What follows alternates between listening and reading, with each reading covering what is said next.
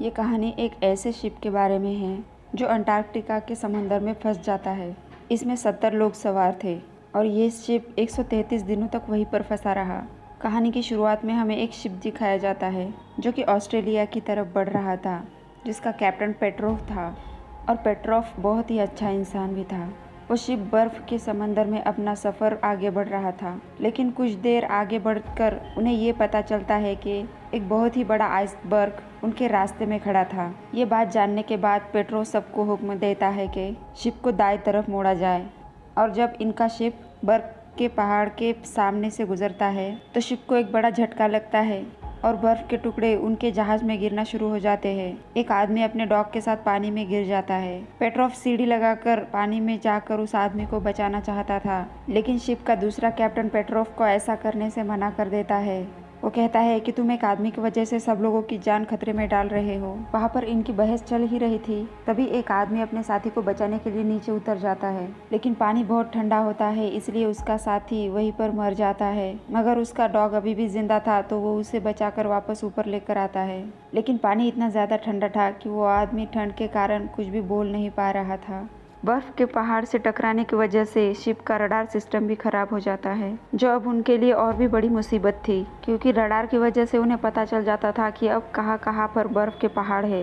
और यहाँ पर जो दूसरा कैप्टन था वो पेट्रोव को हर चीज़ के लिए जिम्मेदार ठहराता है, इसलिए वो एक रिपोर्ट बनाकर अपने हेड्स को भेज देता है। लेकिन जो दूसरे लोग इस शिप में थे वो इस बात के लिए मना करते हैं। वो लोग जानते थे कि पेट्रोव कितना अच्छा कैप्टन है और उसने जानबूझकर कुछ भी नहीं किया था, लेकिन सेकंड कैप्टन ने रिपोर्ट बनाकर हेड्स को भेज दी थी, इसलिए वो इसकी बात को मान लेते हैं और पेट्रोव को उसके ओहदे से हटा दिया जाता है। और उसमें ये भी लिखा था कि जब तक कोई नया कैप्टन वहाँ पर नहीं आता तो सेकंड कैप्टन को ही उस शिप का नया कैप्टन बनाया जाता है। कुछ दिनों के बाद एक हेलीकॉप्टर से नए कैप्टन को वहां पर भेज दिया जाता है। जब हेलीकॉप्टर लैंड कर रहा था तब इंजन के गर्म होने की वजह से उसके सूट में आग लग जाती है, तो शिप के सभी लोग आकर पायलट को आग बुझाकर बचा लेते हैं। लेकिन इसके बावजूद जो नया कैप्टन था वो पेट्रोल का शुक्रिया अदा करने से अलावा उससे ही बातें सुना देता है। जो नया कैप्टन आया था वो बहुत ही ज्यादा रूड था, जो कि सबके साथ बहुत ही सख्ती से पेश आता है। जब वो शिप के अंदर आता है तो देखता है कि वहाँ पर एक आदमी क्यूब के साथ खेल रहा था, तो कैप्टन उस क्यूब को उससे लेता है और उठाकर बाहर फेंक देता है। आसपास पूरी बर्फ ही बर्फ थी और इसका शिप उस बर्फ में बुरी तरह से फंस चुका था। ना ही शिप आगे बढ़ पाता है और ना ही पीछे। उसके बाद हमें मॉस्को शहर दिखाया जाता है, जहाँ पर पेट्रोव की बीवी एक जर्नलिस्ट थी। वो वहाँ के मिनिस्टर से बात करती है और उस शिप में फंसे लोगों की मदद के लिए दबाव डाल रही थी। उधर उस शिप में सभी लोग सोच रहे थे कि इस तूफान से कैसे बचा जाए, तो उनमें से एक आदमी बोलता है कि क्यों ना हम शिप में से पेट्रोल को निकालकर एक बहुत ही बड़ा धमाका करें, जिससे शायद आगे जाने का रास्ता खुल जाए। तभी यहाँ पर नया कैप्टन आ जाता है। उसकी बातों से ऐसा लगता है कि वो पेट्रोव को बिल्कुल भी पसंद नहीं करता था और वो उस आदमी के प्लान को भी मना कर देता है। और वो नया कैप्टन कहता है कि जिस फ्यूल को तुम इस्तेमाल करने की बात कर रहे हो सकता है आने वाले दिनों में हमें उस फ्यूल की जरूरत हो। कैप्टन अब हर तरफ इमरजेंसी की खबर को फैला देता है, क्योंकि इनका शिप बुरी तरह से फंस चुका था, तो ये शिप्स के लाइट्स को भी बंद कर देते हैं, क्योंकि ये शिप में मौजूद फ्यूल को बचाना चाहते थे। अब पेट्रो ऐसे ही खामोश नहीं रहने वाला था। वो सोचता है कि आखिर कब तक हम यहाँ पर फंसे रहेंगे, इसीलिए वो फेयर गन को लेकर उस बर्फ के पहाड़ को जानने के लिए वहाँ से उतर जाता है। और ये करते हुए उसे हेलीकॉप्टर का पायलट देख रहा था और वो पेट्रोव को कहता है कि तुम फिक्र मत करो, मैं इसके बारे में किसी को भी कुछ भी नहीं बताऊंगा। पेट्रोव जब शिप से उतरकर आगे जाता है तो देखता है कि पानी पर बर्फ की परत जमी हुई थी और वहाँ पर उसे वही क्यूब मिलता है जो कैप्टन ने फेंक दिया था, पर वहाँ पर एक बर्फ का गड्ढा था जिसमें वो गिर जाता है और पेट्रोव फ्लेयर गन को इस्तेमाल करता है, जिससे दूर खड़ा पायलट इसे देख लेता है। वो जान जाता है कि पेट्रोव मुसीबत में है और वो बाकी लोगों को लेकर पेट्रोव की मदद के लिए आ जाता है। पेट्रोव की इस हरकत पर नए कैप्टन उसे बहुत ज़्यादा डांट रहे थे, लेकिन वो खाली हाथ नहीं आया था, उसके बाद बहुत सारी इन्फॉर्मेशन थी। वो कहता है कि एक बहुत ही बड़ा बर्फ का तूफान पीछे से हमारी तरफ आ रहा है और अगर हमें टाइम पर मदद नहीं मिली तो हम यहीं पर जमकर मर जाएंगे। तो कैप्टन उसे सबूत मांगता है। वो कैप्टन को उसका फेंका हुआ क्यूब दिखाता है और कहता है कि इसे तुमने बहुत दूर फेंका था, तो इस वजह से इसे बहुत दूर होना चाहिए था, पर ये मुझे करीब से मिला है। इसका मतलब है कि वो उस बर्फ़ के तूफान की वजह से हमारे करीब आया है। अब कैप्टन को भी उसकी बातों पर यकीन आने लगा था, लेकिन वो बिना कुछ कहे चुपचाप वहाँ से चला जाता है। वहीं दूसरी तरफ कुछ लोग अपने परेशानी को दूर करने के लिए एक दूसरे को एंटरटेन कर रहे थे। तो वहाँ पर कैप्टन आ जाता है और उन लोगों से उनकी गिटार छीन लेता है और बाहर जाकर तोड़ देता है और उन लोगों को शिप के बाहर वाले हिस्से से बर्फ़ को हटाने के लिए कहता है। यह पेट्रोव कैप्टन से कहता है कि तुम्हें सबके साथ इतनी सख्ती दिखाने की ज़रूरत नहीं है। डिफेंस मिनिस्टर को हमारी यहाँ कोई परवाह नहीं है। हमें यहाँ से बचाने के लिए कोई नहीं आएगा, क्योंकि चारों तरफ से मौसम बहुत ही ख़राब है। ठंडी हवाएं चल रही है, इसलिए हमें एक साथ होना चाहिए ताकि मिलकर हम इस मुसीबत का सामना कर सके।